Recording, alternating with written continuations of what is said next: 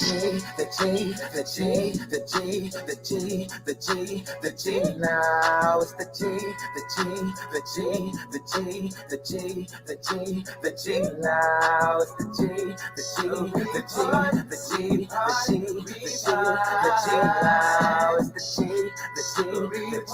G, the G, the G. Now it's the G. Report, gonna check the score, and debate who's better, King James or Michael Jordan, or how Mahomes threw another TD. Was it to the cheetah or Travis Kelce? It's the G, the G. Turn it up in the lag, in your snapback, or in your top hat. Go on and put your seat back, because it's about to crack. All facts, all caps, no caps. Now it's the G, the G, the G, the G, the G, the G, the G. Now it's the G, the G, the G, the G, the G, the G, the G. Now it's the G, the G, the G, the G, the G, the G, the G. Now it's the G, the G, the G, the G, the G, the G, the G. Now it's the G. What's going on, Kansas City? And welcome to the G Report on KCWRS Online Radio. And also, we are now live on YouTube. We started our YouTube channel. This is our first episode on the YouTube channel. So excited about that. Not live on Facebook today. Has some little, issues with that. That's all right. We'll be back on there, do a live on Facebook as well as also on the new YouTube page for the G Report. So this is episode 114. It's our Coach's Corner episode. And it's been a while since we've had one.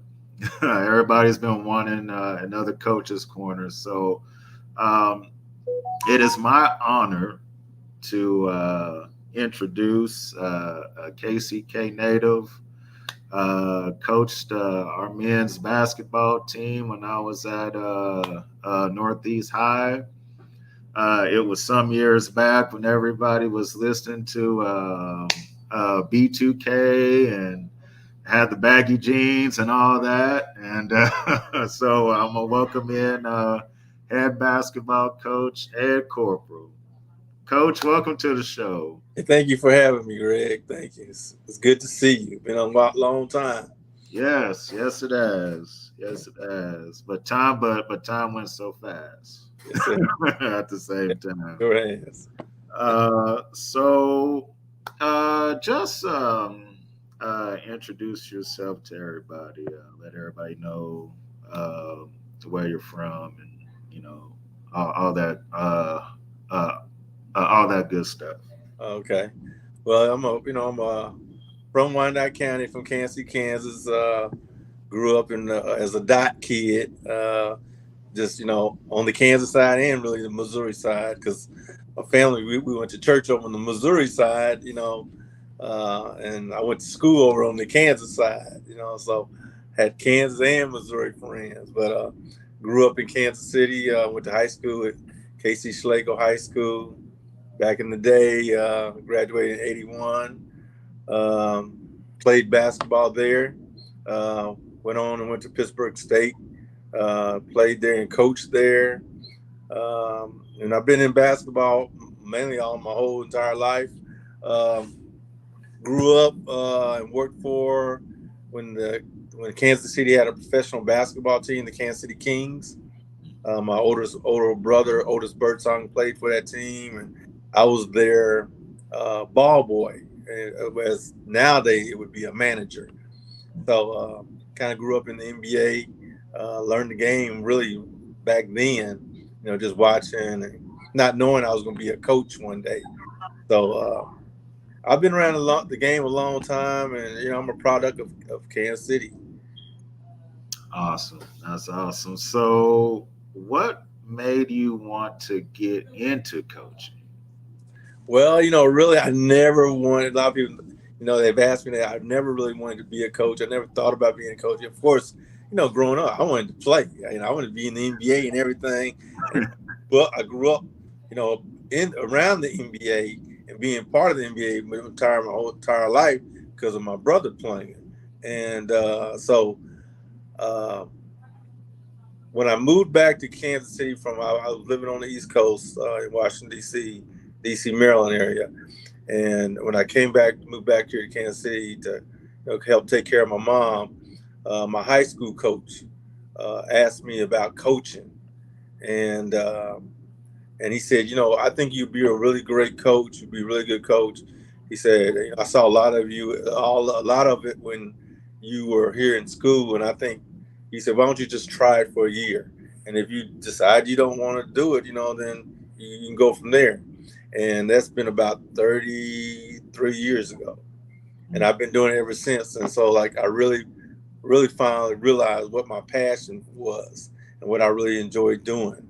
And I've been doing it ever since, coaching, and I've coached at all levels, from the little bitty kids when I first started, high school, college, pro, the NBA level, development league level. And it's been real rewarding to me, so.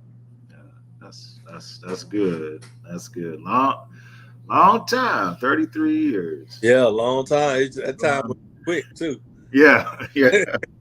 Yes, indeed. So, what has been your most challenging moment in your coaching career?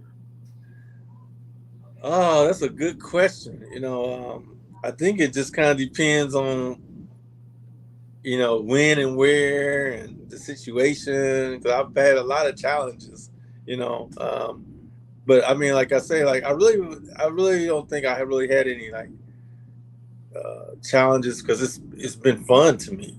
Mm-hmm. It's something that I loved playing the sport when I was in high school and when I was a kid. I'm very passionate about the game, so it doesn't seem like work to me. Working with young people and young men and young women and kids, it's never been challenging. It's just like me giving back and helping inspire the next generation. So I really never had no challenges, really, honestly, except I guess maybe the real challenge was just getting up every morning to get ready to go do it, but I've had fun doing this for 30 something years, and I just don't know what else I would do if I couldn't do this, because it was when people say you're born to do something, this is what I'm born to do. Yeah. Same here. Yeah. When it's something you love doing, it's not work. No. You don't feel like it's work. No. Because you're looking forward to the next day. Every day. Yeah, Every every day. I like the challenges that, instead of looking at it being challenging for me, I look forward to those challenges, especially when I'm coaching, how I can make things better. What can I bring to the table to help my team or young people to get better, to inspire for a better future for them. So, I thrive off challenges, just trying to be the best, and then trying to teach that to wherever it's my players or it's my students when I was teaching how to be the best they could be, and we speaking about Northeast, that was probably one of my rewarding moments in my coaching career, and it wasn't just about coaching the kids, and that team, but it was just being at the school was really cool. I just, some of my best fond memories was at Northeast High.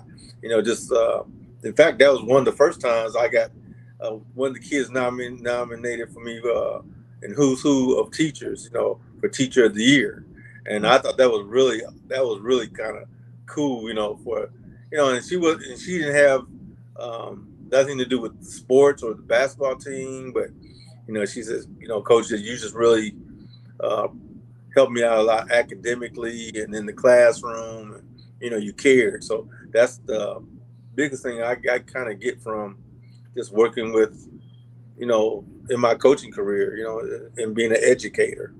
Yeah. That's awesome. Yeah, Northeast. was kind of like being it was cool because it was so many different people from different backgrounds that went It to was. school.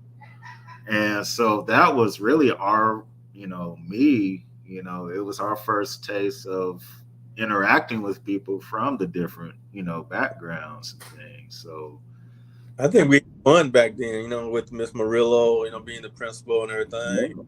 yeah, But yeah, Northeast had like a little stigma, and I just think like we just kind of changed that, and it was just like you say, it was cool. It was very diverse. very, It, yes, it was it was cool being around from different backgrounds and how people interact with each other, and it was like I had a awesome time there. Very positive moments when I was there, and yeah, really kind of grew real close to the, especially to my players, but just to the students there. They were great kids. They were fun to be around. yeah, yeah. And when I know for me, being on Facebook and stuff, when you see everybody from Northeast that graduated around that same time, having their own businesses, being really, good, after high school. It's just Hmm. awesome. It's awesome seeing that. It's Yeah, awesome. yeah, it's great seeing you doing what you're doing. I think that's pretty. Thank you. You doing what I always wanted to do in my life, man. I always feel like he had my own show, journalist or whatever. That's what I wanted to do. So I Yeah. mean, I like to live your dream a little bit. Thank you, Coach. Thank you. Thank you. I appreciate that very much. So, what has been your best moment in your coaching career? Well, I've over 30 something years, I've had a lot of them. Professionally and just personally. Um, recently I just won the national championship last year in the TBL, which is the third tier of the NBA Okay. development. It's the NBA, it's the G League, and it's our league. And our guys go from what the team I coach, like from our league to the G League and then to the NBA. Okay. So last year we won the national championship in the TBL, which was my first uh, uh, professional basketball championship as a head coach, and we went 30-3. We set the record for most wins in a season. Set the record for regular season wins with 22-2. I was coach of the year. Uh, I had several players two players were named. One player was named first team.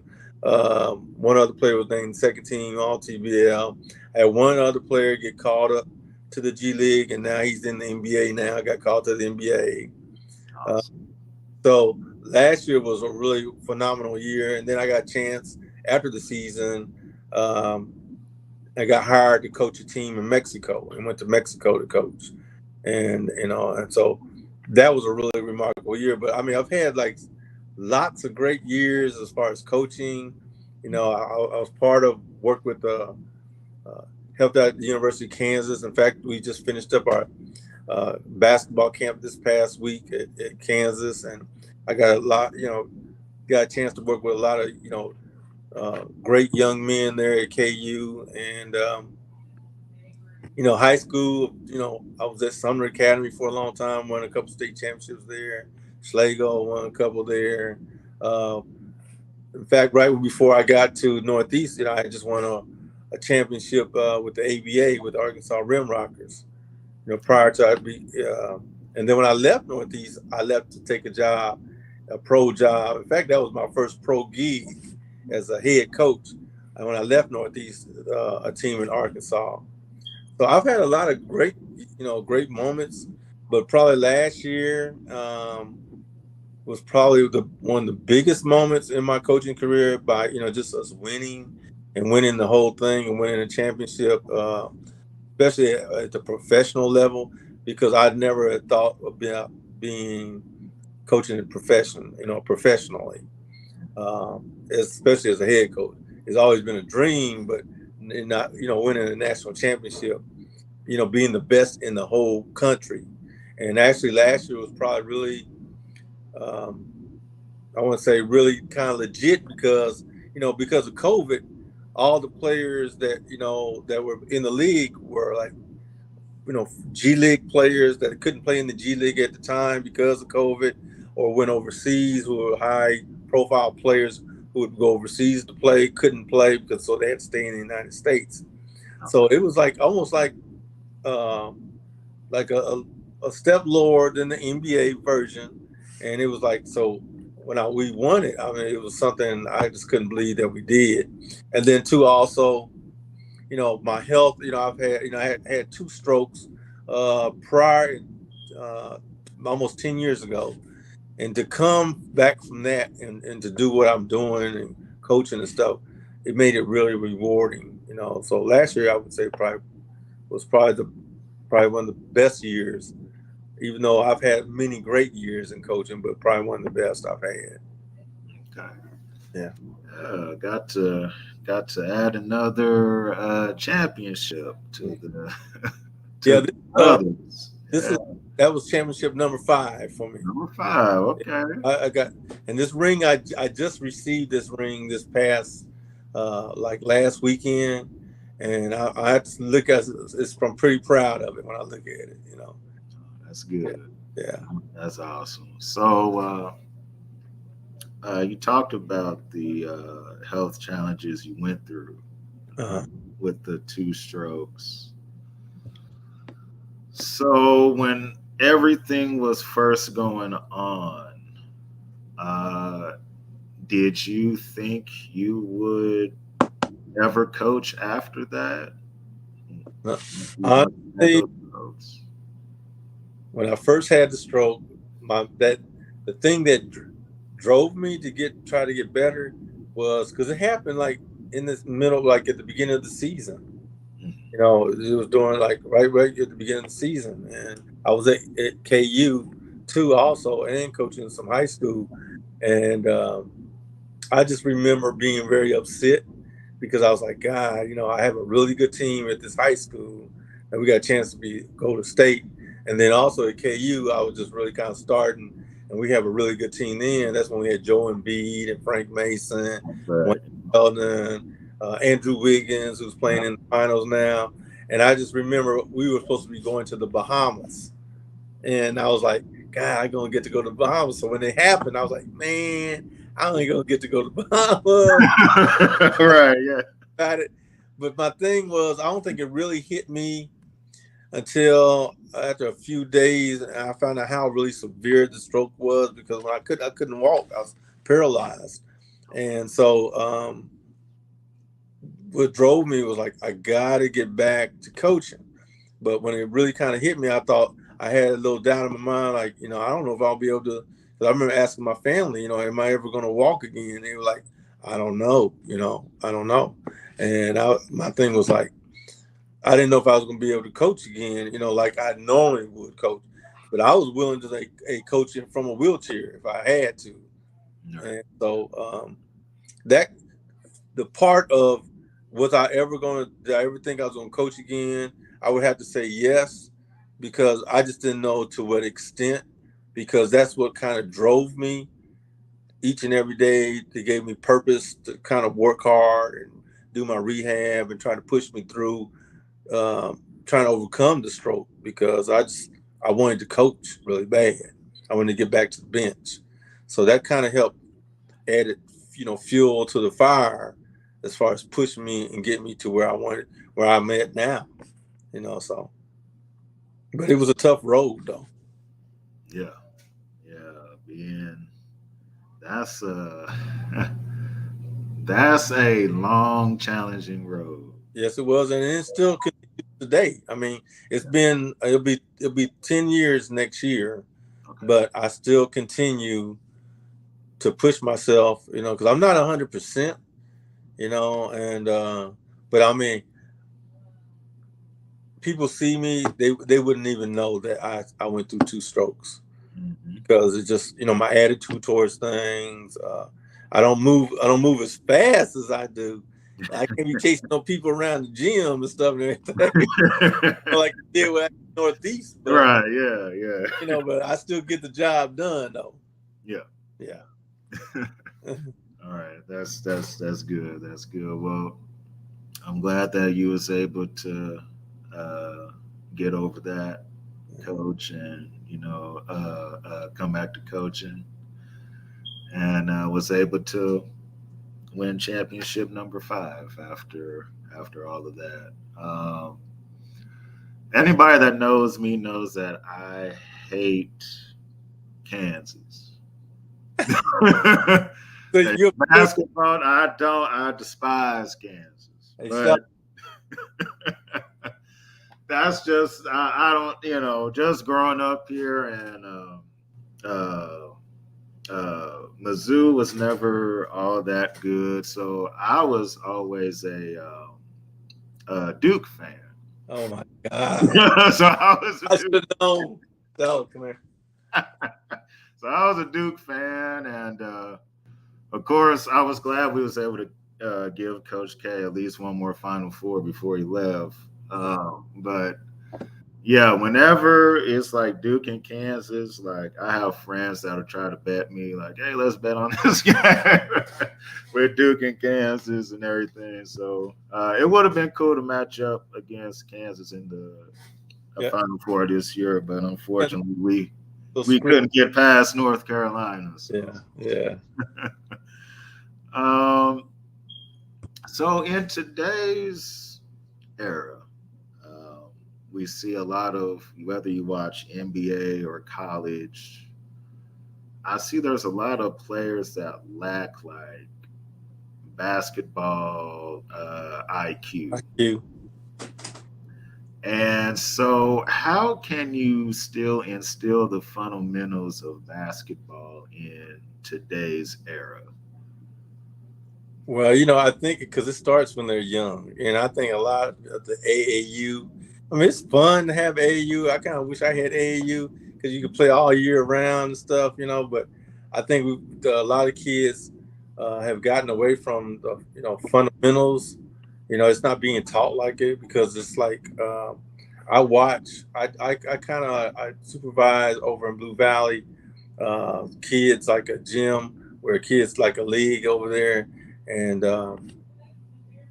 I just see everything is so focused on just winning and just skill stuff. And, and the NBA is like really different now. I mean, it's like, everything's off the dribble. It's not, things ain't emphasized as far as passing, shooting, dribbling, that kind of stuff and everything, defense, moving your feet, that kind of stuff. So it's not being taught when they're young.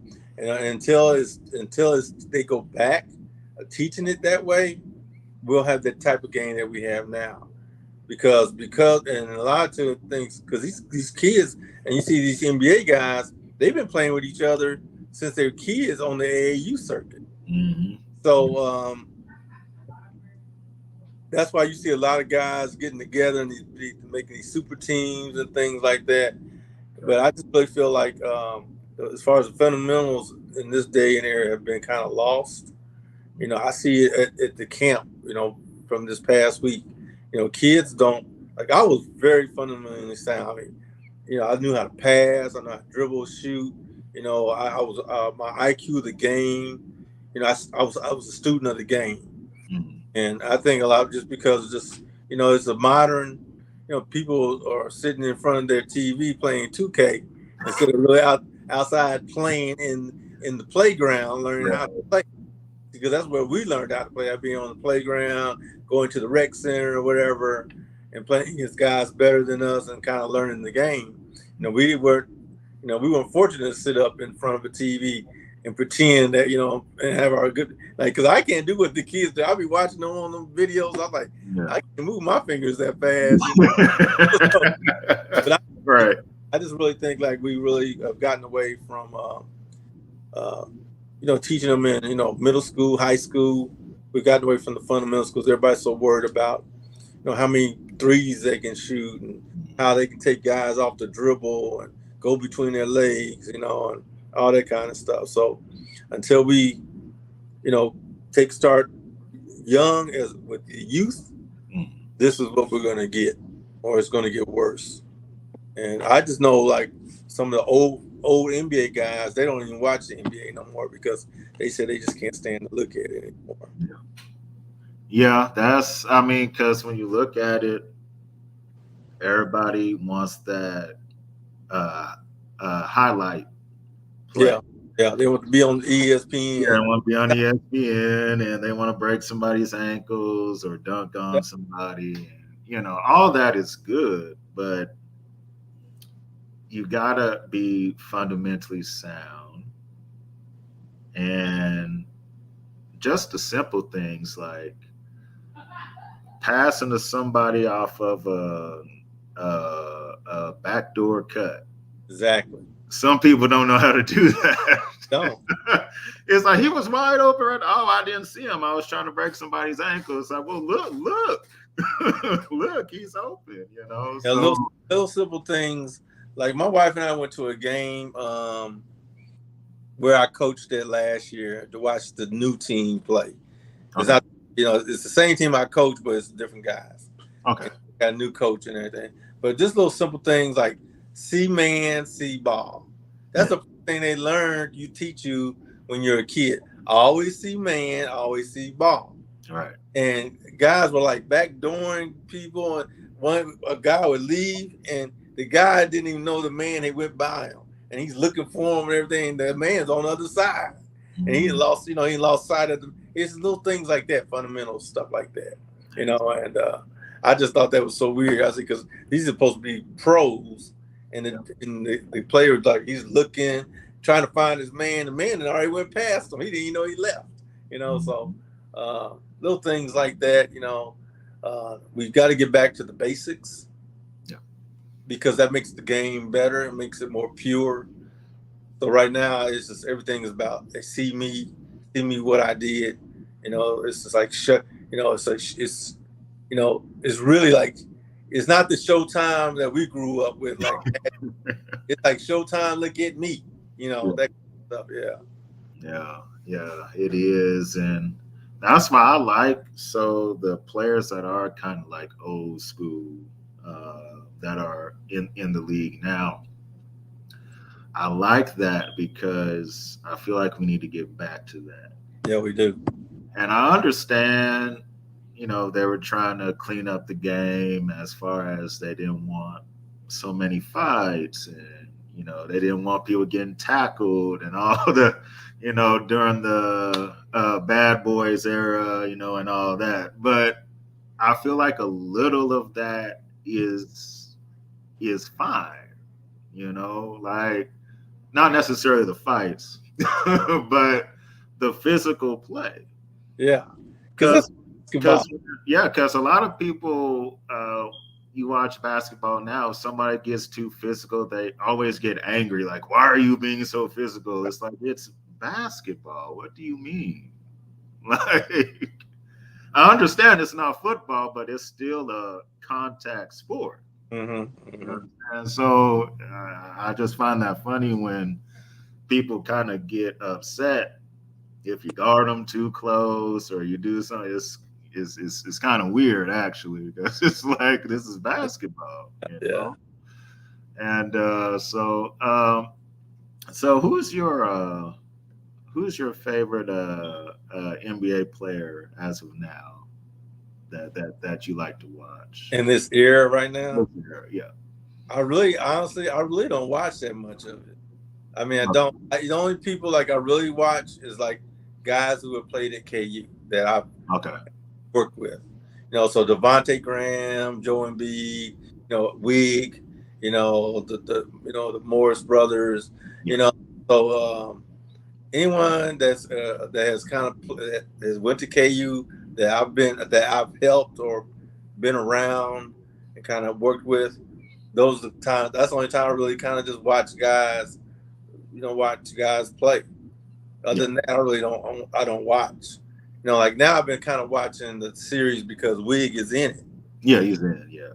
And of course I want to see him do well, but I've really kind of been watching. I've really been like watching Boston, how they play, because they kind of remind me of teams of the past. Not just Celtic past, but just like teams back in the day. Yeah. The way they play. The way They move the ball, where they play defense, rebound, where they guard people. They kind of do things like the right way, and I think they got a lot to do with their coach. Oh yeah, He definitely. come from old school, and he's got them playing, and even though like I would like Wig to win one, I just really think this is Boston's destiny, So, Yeah. and who knows, but like I really don't have a favorite player in this era, because to me, I grew up watching some awesome players growing up, and then actually you have friendships. Well, and then like I said, growing up in the NBA in the '80s and late '70s, I'm around Kareem and Magic, Larry Bird, Isaiah Thomas, those guys like that, and George Gervin, Iceman. Yeah. I seen like the legends play. Yeah. And then growing up, then just my young adulthood, like seeing MJ play. Yeah. I ain't seen nobody come close besides Kobe. Besides Kobe, that's right. Kobe. And I worked with the Washington Wizards for like 3 years, and I got to be around Michael and got to see behind the scenes, and I understand why he is who he is, and I can respect and appreciate. So when people start talking about not taking nothing around LeBron, not taking anything away from him, but right. I've been around the man, and I've been around him. I've seen him play. I've seen him practice, and the only other person I've seen that came close like that was Kobe. Kobe. Yeah. Yep. That's exactly what I tell people. Mm-hmm. So that led us into this one. All right. Who's your GOAT between LeBron James and Michael Jordan, Coach? I'm an MJ person. There you go. Because I seen LeBron when he first came into the league and stuff and everything, and I see things, like I said, not taking nothing away from him and stuff and everything, but he ain't MJ. He don't have what Michael got inside. Michael is like a assassin. Yes. Michael don't back down to anything. He maybe didn't win at the very first beginning, but he came in with a force back in the day when he first got in the league. And then once he got people put around and got the right coach and stuff and everything, then it was all over. Now, if he had never left to go to baseball, shoot, he probably have 8, 9. That's 8. Exactly. Yep. But he didn't back down. And I remember LeBron in his early careers when he was with Cleveland, because I was in Washington. There was a lot of times when the game got, when the game got close, Michael wanted the ball, and Michael didn't fear anything.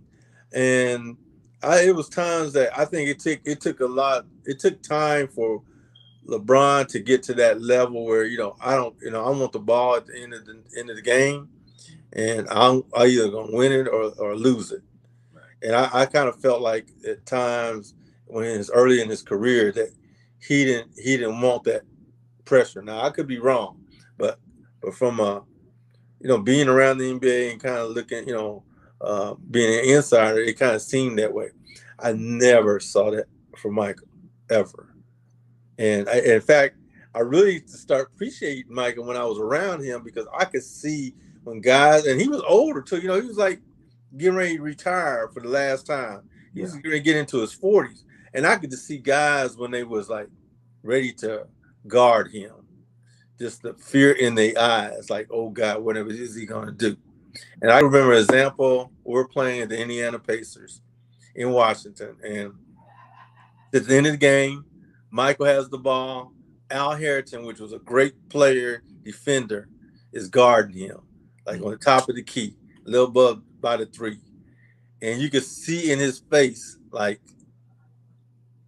I just need to contain him. I know what's about to happen, but I need to if I can just contain it, you can see it in his eyes. Mm-hmm. You see that, and I saw that, and it's weird to see it on TV, but it's really weird to see it in person up close. Yeah. And this just to see Michael, it wasn't just games like that. Michael was like that in practice. I mean, he was intense, man. He didn't like losing.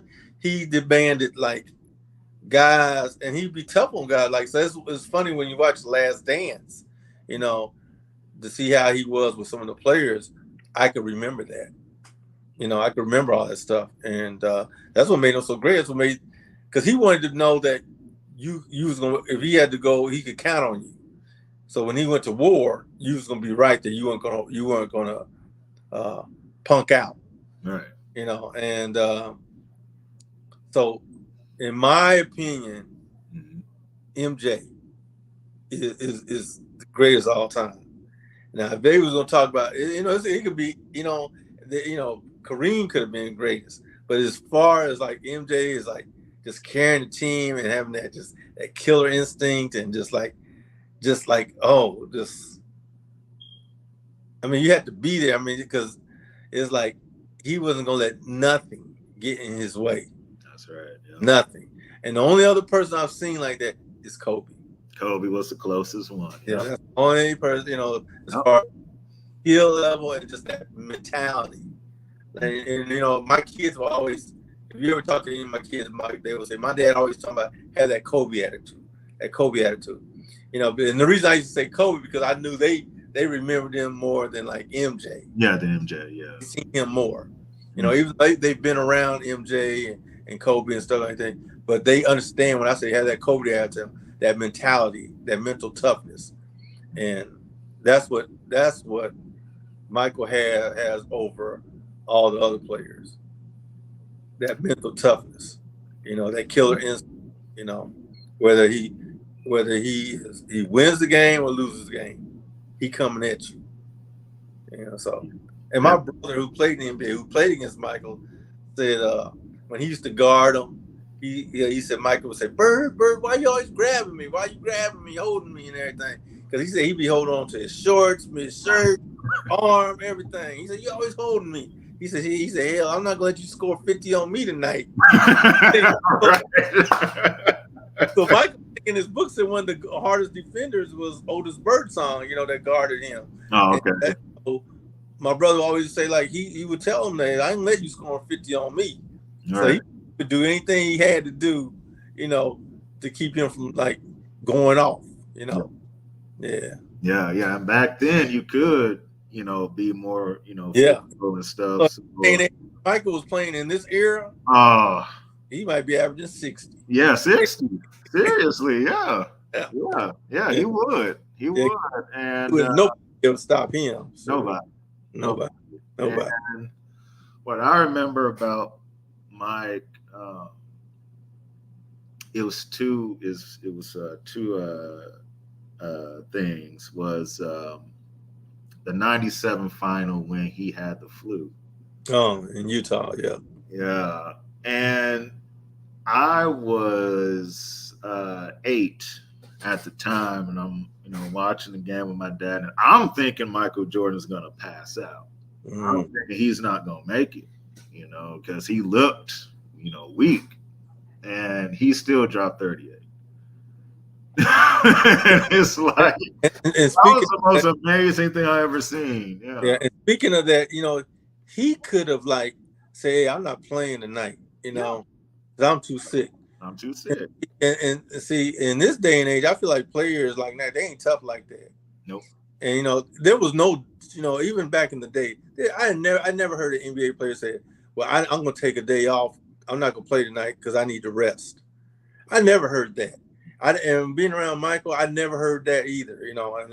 And players in the past, the prior NBA, I never heard that. And see, guys now, they say, I need to rest or whatever. And like, him playing through that stuff, I mean, he probably had a legit saying, I'm not going to play. I can't play. Yeah. But that just shows what kind of mentality he had, that, at all costs, he was going to get it done. Even if he was sick and he got played through it, they kept him hydrated and all that stuff. See, and I just see that's the difference between like him and LeBron and other guys, I have not seen that yet. Yeah. Maybe it's one there that's coming one day, but I haven't seen it yet. One day. Yeah.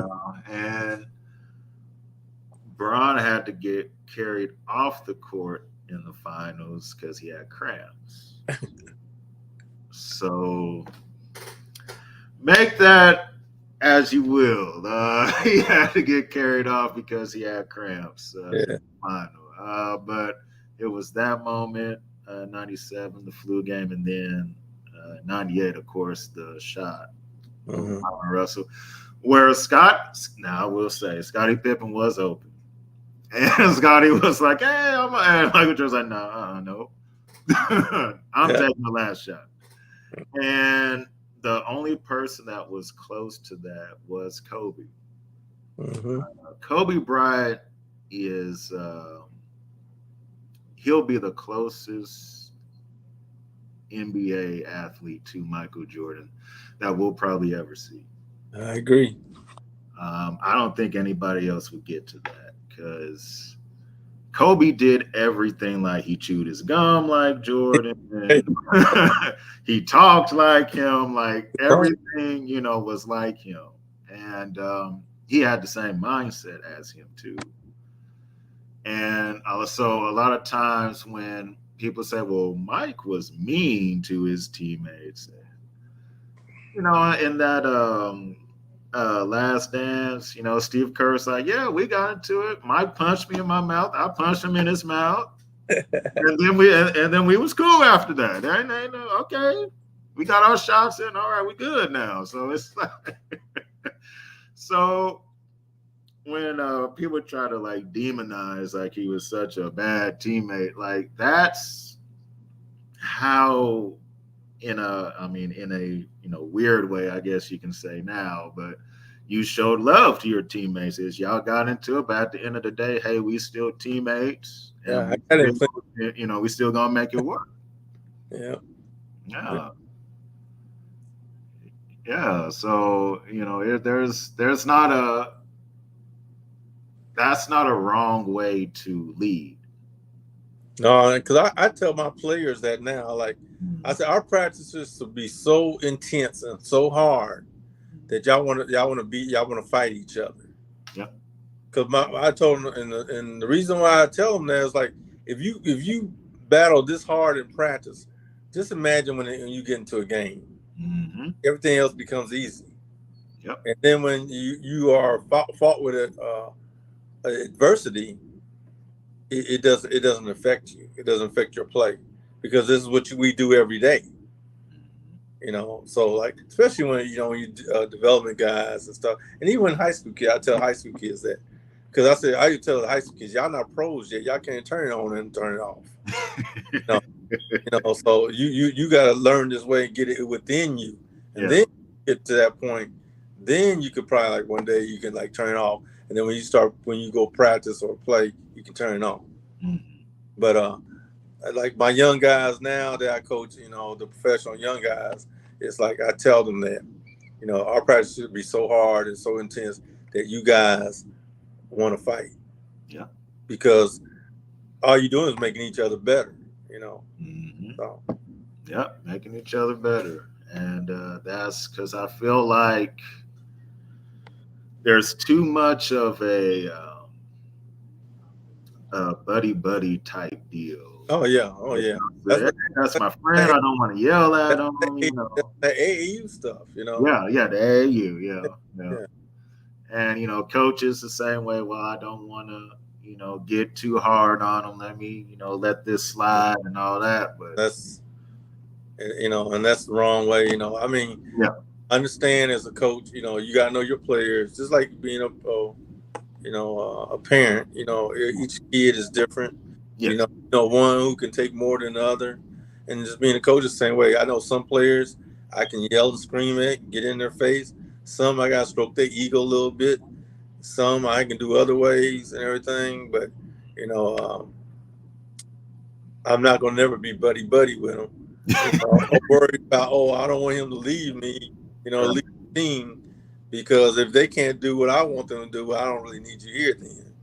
I mean, you're not gonna help us, So and that would be doing you a disservice as far as being a coach and not making you accountable and responsible to be a good teammate and player. You know, especially what we're trying to do, because I'm trying to win. Not trying to win. I'm trying to win. I'm not trying to be nice guy because I'm putting my job on the line. You may still have a job. I ain't having jobs, but I'm gonna get everything I can out of you. Exactly. Get everything you can. I tell guys that from the very beginning. When we sign guys, we bring them to training camp, and even high school. I said, I believe in being sportsmanship and all that stuff, but at the end of the day, we trying to win. That's right. I'm trying to develop you and everything, but I say, like, people come and scout, and like, you want scouts from the NBA or whatever, or even high school, you want college recruiters to come and watch you. When have you seen guys come watch losing teams? Like, I know, like at KU, they go recruit guys who like to win. Yep. Who that's what they're used to, And so when they come to KU, it's about winning there all the time. It's nothing different because they know how to win. So it's the same thing when I'm doing professional guys, when I'm getting guys to come play for me and stuff and everything, or talk to them about, I want winners that like to win, because that's all they know is in their DNA. So, like, I'm not saying that you got guys on a losing team, but it's a little more easy when guys already know how to win, and they don't. So they won't. They kind of tough. They are tough kids. They won't give up on me. So if I push them a little hard, they're okay with that because they want to be coached. Yes. Yeah. This is one thing I had to say, because I was talking with a friend, Terry Nooner, who's assistant coach at KU, but played at Raytown High School with Tyronn Lue. So he was on with Ty on his staff with Cleveland. So he said when Tyronn took over the team, he told LeBron, he said, I'm going to coach you hard. I'm going to get on you, everything. I got you. You got to let me coach you. And he said, LeBron said, coach me hard. See, that's what you want. That's one thing I had to give LeBron. The great players want to be coached. They want to be pushed. They don't mind if you get in their face. Because the thing is, you can't punk out, and let them have their way. And like, I had some really great players last year, and I was, I don't care where they came. I said, everybody got scrapbook. Yeah, I got scrapbook. You got to come play. Right. Yeah. Who you are, if you all Big 12, you all American or whatever, in college or anything, it don't mean nothing to me. It's about what I tell them. It's what you done. What have you done for me lately? That's it. Because people, they don't care about what you did yesterday. What have you done for me lately? Yeah. Yep. Yep. Past is past. Yeah. Past is past for sure. Yeah. Yes. So that's good. That was one of my criticisms about Bron, and I didn't know that. Is he always seemed like he didn't want to be coached hard. So for you to say that when Tyronn Lue was like, "Hey, I'm gonna coach you hard," and I think that goes back to coach. It depends on the coach. Yeah, it depends on the coach. I think like maybe with this coach Vogel, it was kind of like maybe one day, maybe the other day. It kind of depends on the personalities. I know T. Lue real well. He from Raytown, man. Yeah, Raytown. Yeah. So he ain't no chump, man. He got some hood in him. He got some hood. Yeah, he got some hood. Back down, So yeah. I'm just saying, you can't go out there and be bougie and try to coach and everything. You gotta like, hey, look. This is how it's gonna be. Yeah, this is how it's gonna be. Exactly. Yeah, because that reminds me, man. Because I remember in Northeast, I would have some kids being in class, and acting up, and I would take them outside in the hall. And I tell them, I said, "Dude, I'm from the street. Don't throw this coach, Mr. Corporal, Coach Corporal, all that that kind of stuff, and they not knowing. I grew up in the suburbs, man. Right? Yeah. Well, I'll take you down on Independence Avenue and whip your butt if you don't do what you're supposed to do. And they, okay, coach. All right, man. I'm just messing with you, coach, man. Get in my class and do what you're supposed to do. Exactly. So, but they didn't know that, but you can't go, come on, please, so that kind of stuff. You can't be like that. Right. So, And I think like with LeBron, with T. Lue, that's why T. Lue did so well, because he did allow, and then T. Lue let him know, look, man, hey, you got to be disciplined with me. I ain't taking no one of your mess. I don't care if you're LeBron James. And and T. Lue had been around Michael and been around Kobe and everything. So like you being LeBron James don't faze me.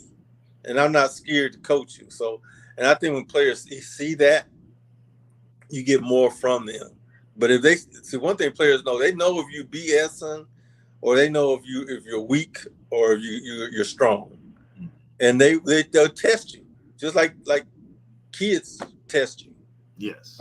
Yeah. So you just gotta be ready for it and just let them know the line, the boundaries and stuff and everything. So.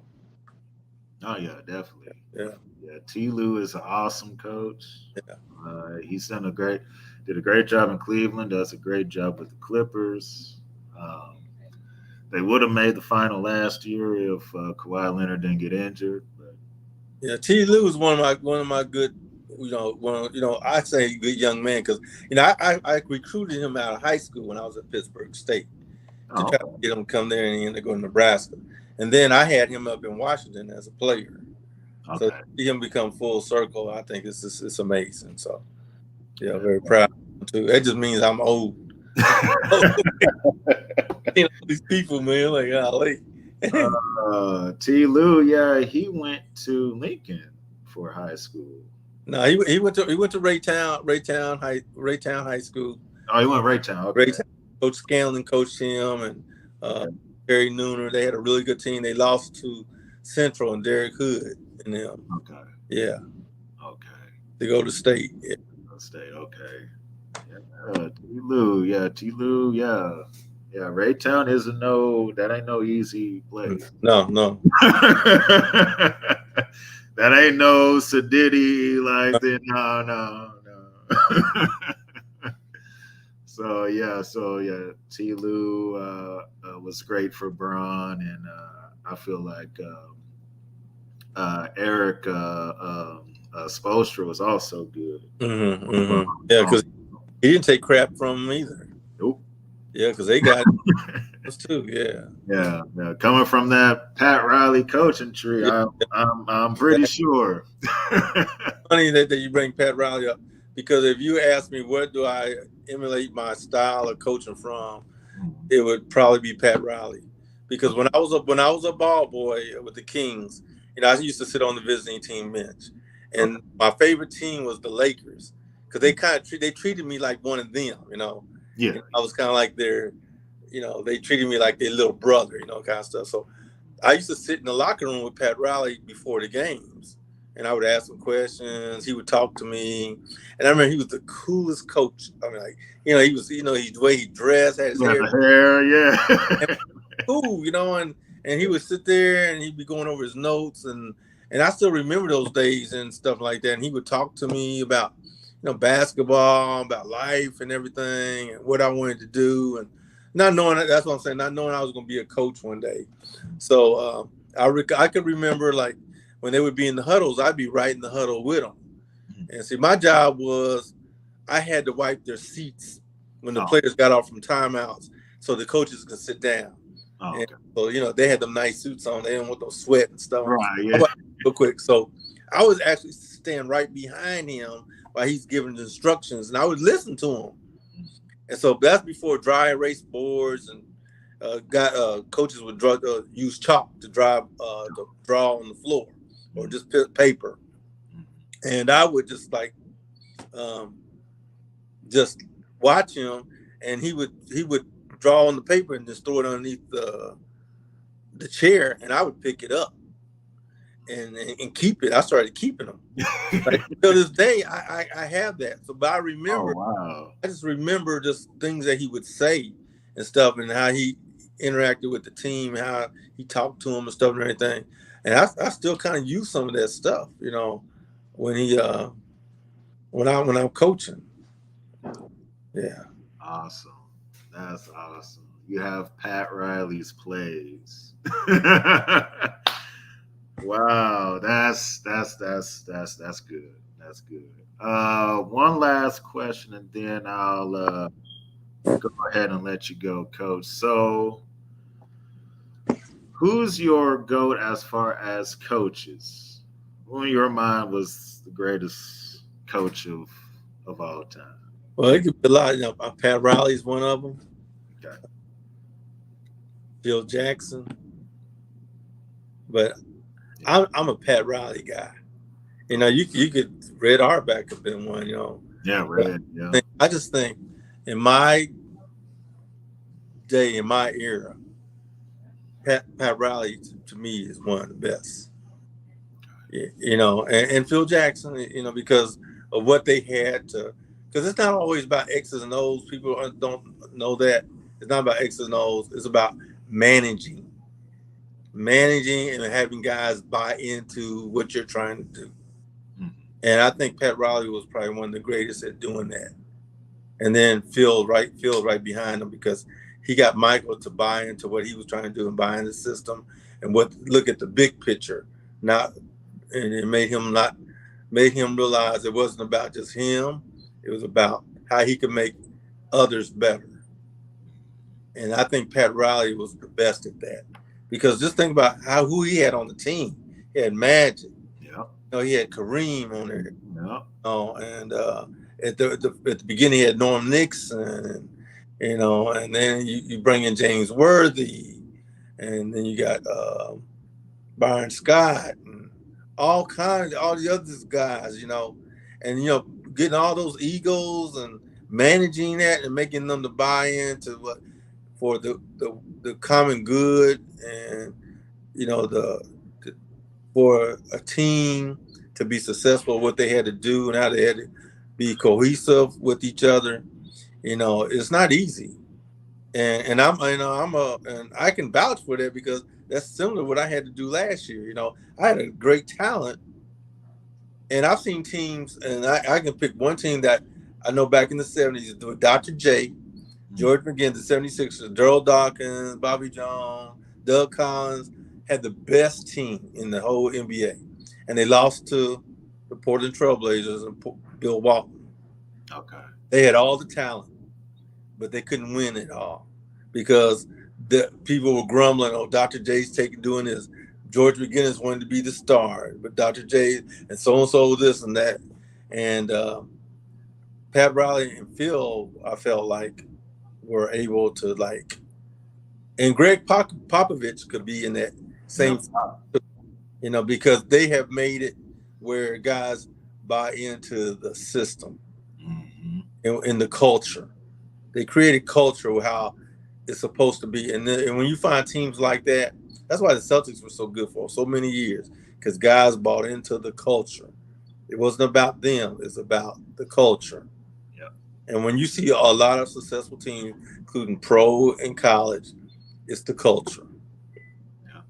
You know, and you know, I know you don't like Kansas, but as Coach Self always says, because faces change. Bill Self is good, yes.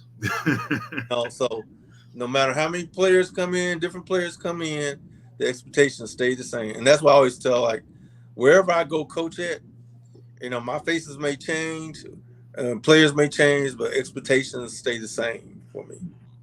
And so, and to answer your question, I really, Pat Riley is, I think, one of the tops, and then Phil Jackson's like right behind that. Yeah, definitely.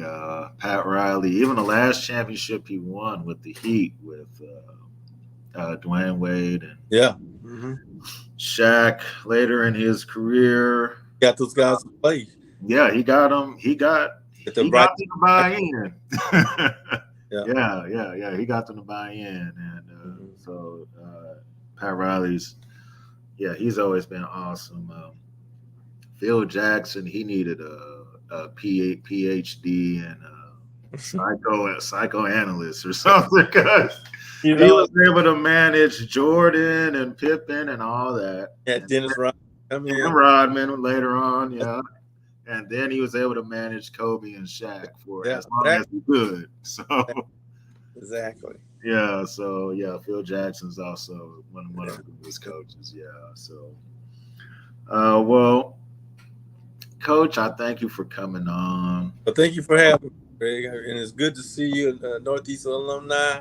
Yes. It's my pleasure. Yeah. Yeah, thank you so much, Coach. And I didn't know you had all that NBA history. Yeah. And so Need to write a book. I'm considering it one day. yeah, do it. Yeah. Do it for sure. Yeah. Yeah, that's awesome that you've been around some of the greatest basketball players to have ever played. So that's definitely awesome. That's definitely awesome. And that'll do it for our Coaches Corner episode with basketball coach Ed Corporal. Is there, before I go into my spiel, is there a team that you're coaching now? Well, I will be. I can't announce it right now. Oh, okay. But I will be coaching somewhere Okay. next year. Probably not in Kansas City. Is probably somewhere in the East. So, but I will be coaching next year. I took a season off this year because I had my youngest daughter just graduated from KU. Wanted to spend time with her Oh, okay. year and stuff like that. So I took this season off to kind of enjoy the time with her and watch her graduate and get her going. So I'll be back next year, but I'll be probably somewhere in the East, hopefully. In the East. Okay. Yeah. All right. Well, we will be looking forward to that. And we thank everyone for watching on YouTube. Thank everybody for listening on KCWRS. Let me get these sponsors in before I get a text message. The Coaches Corner episode was brought to you by Nationwide Tickets. You can go on their website, get a discount code for 10% off tickets, and also by Grip Spritz. Better traction, better game. So if you got them gym shoes that be slipping, get you some Grip Spritz. keep you from slipping. So you can listen to the G Report 3 days out of the week on Mondays, Wednesdays, and Fridays on KCWRS.com at 10 a.m. and 8 p.m. That's 10 a.m. and 8 p.m. On those days. Also, we're on Spotify. Also, we're on Instagram at _G_report. Our Facebook page is still up. Facebook.com/the G Report. We'll try to put our videos on there, but most of our videos we're going to kind of transition to the YouTube page. So, but we're still active on the Facebook page. And also hit the notification bell and subscribe to the G Report YouTube channel. So this will be the first video on the new channel. So make sure y'all watch. When y'all get done watching, you subscribe, hit the notification bell so you can know when future videos are uploaded as well. And as we always say when we sign off, stay healthy, stay safe, and God bless.